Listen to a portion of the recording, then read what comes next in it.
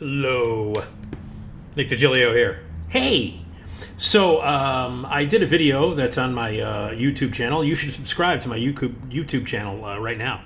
You should do that now. Like it, subscribe it, whatever the hell that is that you're supposed to do, but subscribe.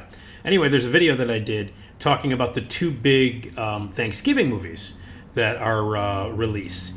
I talked about Ghostbusters Afterlife, which I've not seen yet, and House of Gucci, which I've not seen yet. So yeah, and neither of them I'm looking forward to. You watch the other video to understand why I think both of those movies are going to suck. I have seen two other movies though that are opening as well that I completely forgot to mention in the other video. The first one I just finished watching on HBO Max. It's called King Richard, and it stars Will Smith as the father of Venus and Serena Williams, the obviously the incredible tennis pros. And it's a Will Smith movie. It's 2.5 hours long. The less I say about it, the better, because I hate Will Smith, and it sucked. Okay, let's move on. The other one is Jane Campion's new movie. And this is The Power of the Dog. That's the name of Jane Campion's new movie. Jane Campion, who is an incredible director, an unbelievably talented, gifted, extraordinary filmmaker out of New Zealand, who this is her first feature in about 12 years. And she's been, working on television over the past few years. She did an amazing couple of seasons of a great show called Top of the Lake, which she created and directed.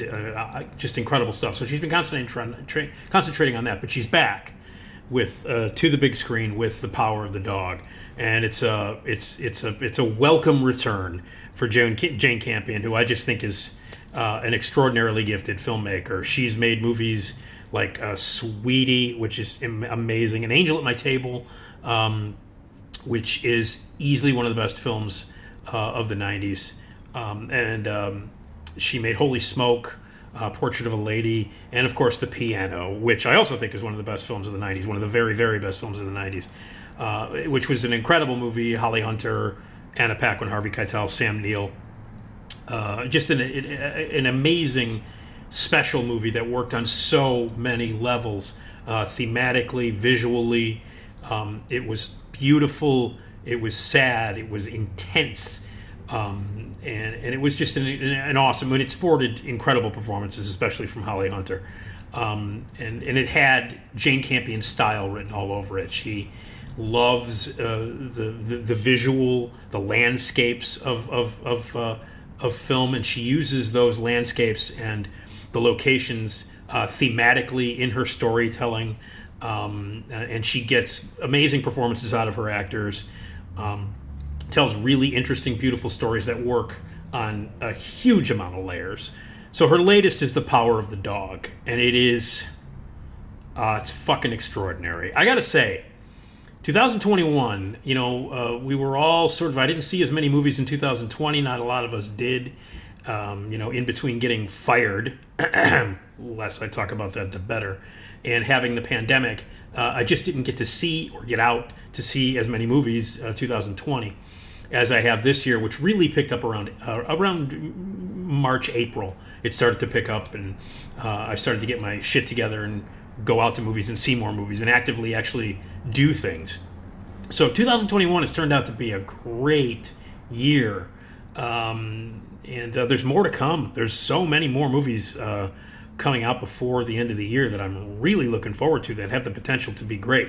And so far there have been some really, really great movies, including The Power of the Dog, Jane Campion's new movie. It stars Benedict Cumberbatch and Jesse Plemons.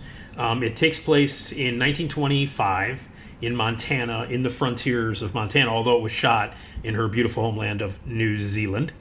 And they play brothers, Benedict Cumberbatch and Jesse Plemons. They play brothers that come from a wealthy lineage, from a wealthy family. And Jesse Plemons' character, the brother, he's embraced that. He dresses well. He's embraced his lineage. Whereas Benedict Cumberbatch plays the brother who has not. In fact, to the point where he doesn't bathe, where he wants to be just a cowboy. and just really completely disowns all of that stuff. Will not be a part of the hoi polloi, as it were. The movie opens up with them on where they're rustling some cattle back to their ranch. They have a very successful ranch in Montana, and they stop off at a boarding house for a couple of nights as they're bringing the cattle back to the ranch. And the woman who helps run that boarding house, who cooks and cleans and things like that, is played by Kirsten Dunst, and she has a son who is studying he's studying the world of medicine and medical stuff, and it's played by the insanely brilliant Cody Smith-McPhee, and she's a widow, and all the cowboys show up, and they're, Benedict Cumberbatch's people, the guys that she meets, are very they're rude, and they're cowboys, and they're dirty, and they smoke and they drink, whereas Jesse Plemons is sort of like very respectful, helps her out, serves food, and acts like a waiter to help her out, and this relationship begins, and they end up getting married. And Jesse Plemons marries the widow, who she and her son move back to the nice estate that they have on the ranch that they share with Benedict Cumberbatch. Benedict Cumberbatch's character is not happy about this. In fact, he's very vengeful. He doesn't like it. He has embraced this weird sense of machismo to escape from his rich past and to dominate any situation that he's in. And he especially wants to dominate this relationship between Kirsten Dunst and Jesse Plemons. And so it starts from there, where he starts to get antagonistic, he starts to get manipulative. He is a really sort of mean, manipulative, aggressive character. And Benedict Cumberbatch is unbelievable in this movie, and he does not do the easy stuff like screaming and overwhelming and being the asshole, machismo guy. He plays it really subtly, but really scary. It's an intense, incredible performance. In fact, all of the performances in this movie are stellar. As Kirsten Dunst is trying to deal with this manipulation, the fact that she does not fit in with this ritzy world.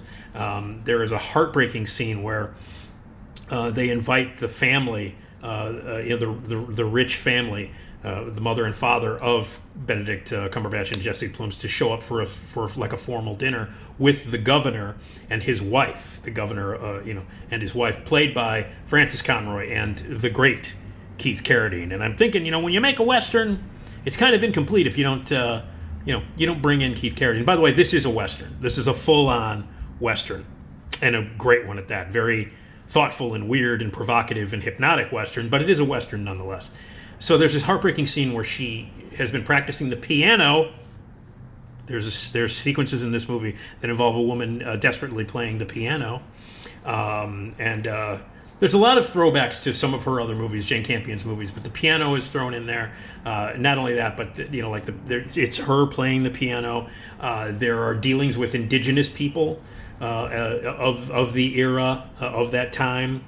So dealing with the indigenous people, there's a lot of dirt and a lot of nature and piano and all that great stuff that was just so meaty and almost comes off the screen in the piano, and it works to this movie as well. So anyway, the relationship between these characters is what it's about, and the manipulation and the meanness of Benedict Cumberbatch's characters. Things starts to change, though, when the son comes back from school, the young son, Kirsten Dunst's son, and they begin a relationship. Benedict Cumberbatch and Cody Smith-McPhee begin a relationship. He takes him under his wing, teaches him how to ride a horse, takes him out to the frontier, and teaches him to be more of a man, if you will. So, Benedict Cumberbatch's idea of being a man is drinking, smoking, being dirty, not bathing, and castrating bulls and living out in the world. He has a hero that he used to know by the name of Bronco Henry. And Bronco Henry is was his teacher and his mentor, and more, as we find out as the movie goes on. So I won't give anything away, but the film is this duel between these two worlds, these two or three different worlds, and it builds to an ending that is not only surprising, but jaw-dropping, and works on so many levels, and it really twists everything that you think you know about every character in the movie, and you don't. And you don't know what is happening. and it ends on a note that is stunning, quite frankly, and it makes you want to go back and watch the whole movie again, like immediately. And that's the sign of a pretty amazing film. Like as soon as it ended, I was like, damn it, I want to go back and rewatch this whole thing again, not only because it's fucking great, but because so much hinges in the last act of the movie that switches everything around. The visuals are insane. The visuals are unbelievable. It's beautifully photographed. Now, I know that it begins on Netflix on December 1st. So a couple of weeks it's going to be available on Netflix. But seriously, I urge you to see this movie on the big screen. Go to a theater to see it. I know it's playing here in Chicago at a few theaters. I saw it at the Music Box. I can't recommend enough going to the Music Box and seeing it. They have it in a beautiful 4K projection. And to see it on the big screen, this movie was meant to be seen on the big screen. It is a Western. The vistas are amazing.